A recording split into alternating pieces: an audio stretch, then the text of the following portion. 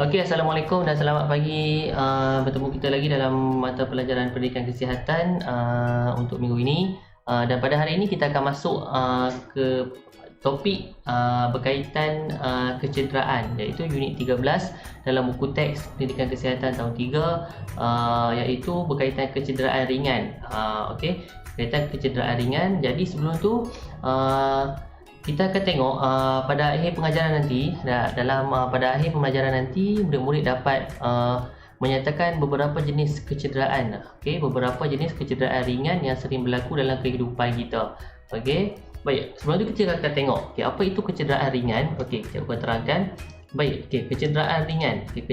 Jenis-jenis kecederaan ringan ada luka kecil, patah, terseliuh, lebam, melecur. Ini dikategorikan sebagai jenis-jenis kecederaan ringan. Seterusnya, luka kecil. Okey, ini contoh luka kecil. Luka kecil ni biasanya berlaku kalau kita terkena benda tajam yang kecil. Dia tak terbelah dengan besar, dia kecil-kecil je. Okey, itu luka kecil. Okey. Seterusnya, bagaimanakah luka kecil berlaku? Okey. Luka kecil ini berlaku apabila tergores pada permukaan yang kasar ataupun tajam. Okey. Tergores, maksudnya terhiris lah. Okey, pada permukaan yang kasar ataupun tajam. Baik, ciri-ciri: darah mengalir di permukaan kulit, luka tidak dalam, kulit terhiris atau koyak. Okey, itu ciri-ciri luka kecil. Okey, seterusnya patah. Okey, patah ada dua kategori, patah dalam dan patah luar. Patah ni mungkin pun boleh dikategori sebagai kecederaan berat, tapi dalam kategori dia termasuk dalam kecederaan berat, kecederaan ringan. Kita tengok dia ada kategori-kategori yang berbeza. Okey, ciri-ciri patah. Okey, bagaimana patah berlaku? Berlaku apabila tulang terkena hentakan yang kuat. Okey, ini apabila sesuatu hentakan berlaku ke atas bahagian yang bersendi lah, yang ada tulang. Okey, ciri-ciri patah: rasa sakit di tempat yang patah, lebam berwarna kebiru-biruan, maksud dia patah di dalam, kita tak nampak. Okey, tulang terkeluar dan berdarah, patah di luar. Yang ni mungkin teruk lah. Okey, ciri-ciri patah. Seterusnya, terseliuh. Okey, terseliuh ni dia berbeza dengan patah. Okey, dia cuma ada sedikit kecederaan di bahagian sendi. Okey, terseliuh. Seterusnya, bagaimana terseliuh berlaku? Apabila ligamen pada sendi terkoyak. Okey, dia bukan tulang, dia ligamen. Okay, kalau patah tadi melibatkan tulang. Okey, terseliuh ni apabila ligamen pada sendi terkoyak. Ciri-ciri terseliuh: bengkak, lebam, sakit di bahagian terseliuh. Dia kurang sikit dia punya teruk dia, tak sama macam patah. Patah lagi teruk ni. Okey, lebam. Ni jenis kecederaan seterusnya, lebam. Baik, lebam berlaku akibat anggota badan terkena hentakan.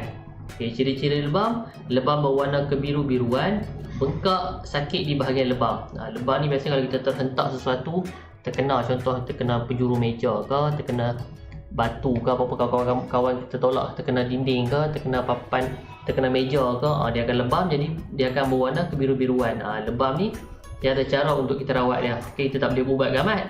Okey, mungkin kita boleh tuam dia ataupun kita boleh ada cara-cara tertentu. Okey, seterusnya melecur. Melecur ni ada banyak lah, ada yang kategori ringan, ada yang berat. Yang gambar ni mungkin yang teruk lah. Okey, melecur. Bagaimana melecur berlaku? Terjadi apabila lapisan atas kulit terbakar akibat terkena air atau minyak panas. Melecur ni kita kaitkan dengan minyak lah, minyak ataupun air panas. Biasanya terkena air panas ataupun minyak yang kita masak tu di dapur. Okey, ciri-ciri melecur: melepuh, kulit mengelupas, kulit merah atau putih, bengkak.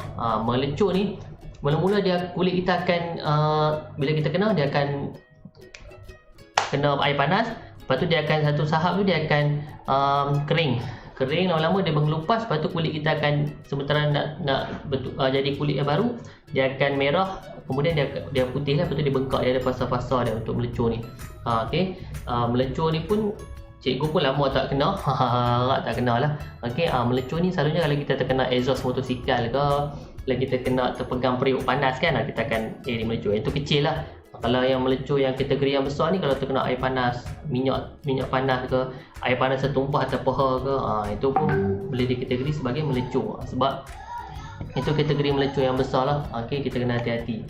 Okey, baik, itu berkaitan dengan kecederaan ringan. Ada yang mungkin kita boleh kategorikan sebagai agak berat juga, tapi kita pilih jenis-jenis kecederaan ringan yang kalau kita dapat tengok dalam buku teks. Okey, kamu dapat tengok dalam buku teks kecederaan ringan. Okay, kecederaan ringan dalam buku teks dia lebih kepada luka kecil lah. Okay, dalam pengajaran kita dia lebih kepada luka kecil. Antara kecederaan ringan termasuklah luka kecil, calar, lebam atau melecet. Ni luka kecil. Yang ni yang sebentar tadi cikgu terang cuma penerangan sahaja. Okey, berkaitan kecederaan ringan. Okey. Yang ni antara yang kita akan pelajari luka-luka kecil seperti ni. Okey. Berkaitan luka kecil, lalu dia luka kecil ni luka yang tak melibatkan pendarahan yang besar. Dia sikit je dalam masa beberapa kejap je, esok kan dah tak rasa sakit dah. Kadang terhiris ke, terkena gunting ke, terjatuh di tangga ke, macam ni. Okey. Baik. Seterusnya dia bagi tahu bengkak dan lebam juga termasuk dalam kategori kecederaan ringan. Macam cikgu terangkan tadi, bengkak dan lebam juga termasuk dalam kategori kecederaan ringan. Okey. Kecederaan ringan ni dia tak membawa kesan yang berat lah, sebab dia sekadar luka-luka kecil sahaja. Jadi walaupun luka-luka kecil kita kena ambil berat, kita tak boleh biarkan, takut dia melarat menjadi lebih teruk. Sebab kadang luka ni kita tak pasti, kalau kita biarkan, kita tak bersihkan dia, tak cuci dia, tak cuci dia dengan ubat-ubat yang berkaitan, dia akan menjadi melarat lah, takut dia jadi kuman. Bila kuman dia akan efek kepada bahagian lain pula. Okey. Baik, itu tadi berkaitan dengan kecederaan ringan. Jadi cikgu akan berikan nanti link tugasan dalam Google Form seperti biasa.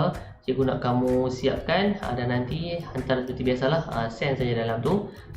Itu saja untuk hari ini berkaitan topik jenis-jenis kecederaan ringan dalam pendidikan kesihatan kita pada hari ini.